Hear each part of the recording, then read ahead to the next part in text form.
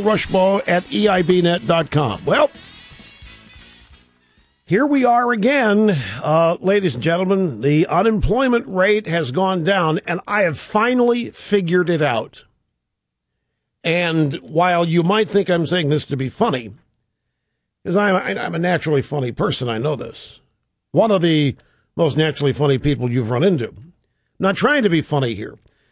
Barack Obama has decided that the only way to lower the unemployment rate is to kill off jobs. The unemployment rate went down 0.1% from 8.2 to 8.1%. But the number of people who left the labor force is at an all-time high. It's over 88 million Americans not working.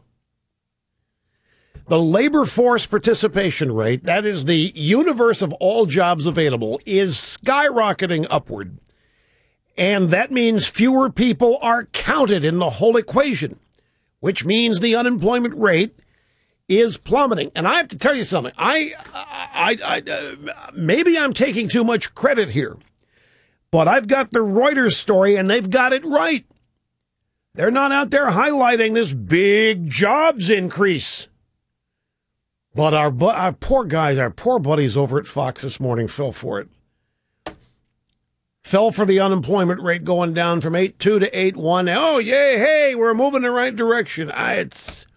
We're not moving in the right direction. It is sick, folks. It's just unacceptable what is happening to this country and what's happening to the jobs and the entire private sector here. I'll get to the details here in just a second. It looks like, and I don't want to assume too much here, but it looks like we may have finally shamed some of the drive-by media, like Reuters, into presenting a slightly more accurate report on these jobs numbers. A few months ago, like the headline here, April hiring slows, jobless rate falls to 8.1%. I maintained to you that a few short months ago, if all the news was that the rate went from 8.2 to 8.1, the headline would not be April hiring slows. It would be Obama policies finally taking hold or something like that. Job creation finally turning around. Is economy next? Something like that. But because of the constant pressure, the constant mockery, the constant humiliation of these people in the drive-by media, I don't think that they can... Yeah, like I said, I don't want to take too much credit for that. I'm going to rein this in. I just know that in recent months past, we would not have had an accurate headline, nor would we have had an accurate story, as we mostly do from Reuters today. Like a couple months ago, this headline would probably have said jobless rate falls to 8.1%, lowest in 3 years.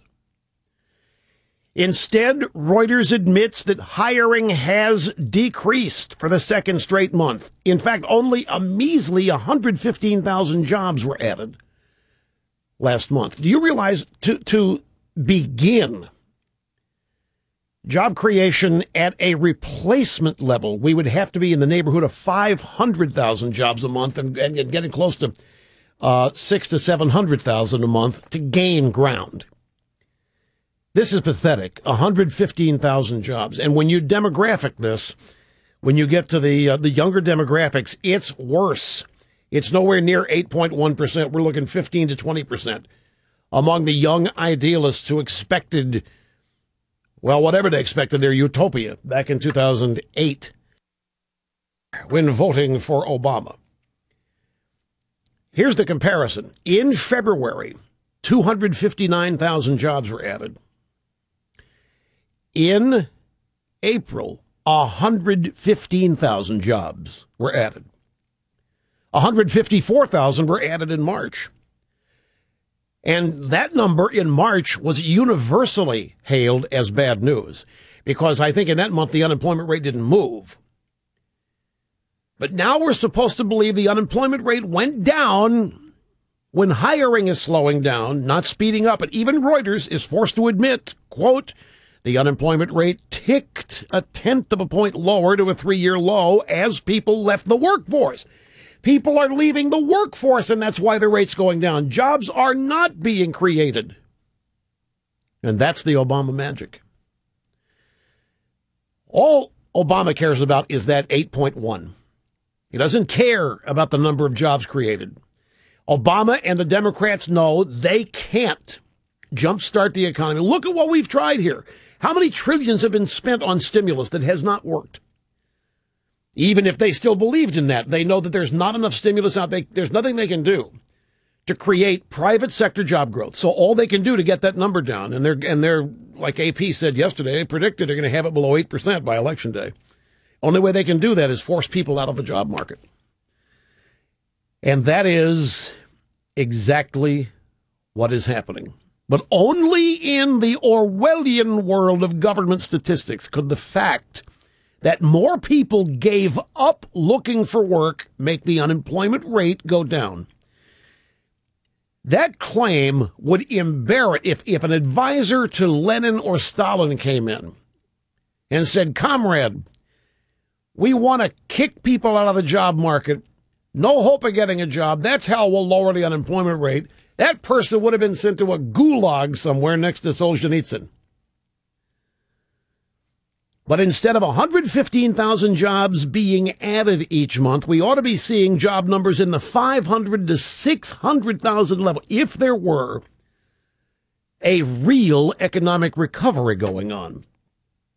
Just a little more than 2 years ago, April 23rd, 2010, the vice president, Joe Biden, predicted that the American economy would be adding up to 500,000 jobs every month. Now, neither Reuters nor the rest of the media will report that the U6, see this 8.1% is the U3 number. That does not count the people who've left the job market. That does not count people who have stopped looking. The U6 number from the Bureau of Labor Statistics, which is not reported, which does count the people who have stopped looking, was unchanged at 14.5%. The U3, the reported unemployment number, 8.1%, breaks down this way. Men, 7.5% unemployed. Women, 7.4% unemployed. Teenagers, 24.9% unemployed. Whites, 7.4%. Blacks, 13.0%. Hispanics, 10.3%. Asians, 5.2%. No category reported for white Hispanics or 1/32nd Cherokee Indian females. But the highest rate reported unemployment, 13.0% for African Americans. Okay, that's the Reuters story. So I think we can now say, and again, this is going to sound to you like I'm trying to be funny and sarcastic. I'm not. This is really sad stuff. I think we can safely say that Obama's election strategy for getting the unemployment rate down is to kill jobs. As I have said for the longest time now, pushing people out of the workforce drives down the unemployment rate. When that happens, Obama claims the recovery is slow but steady.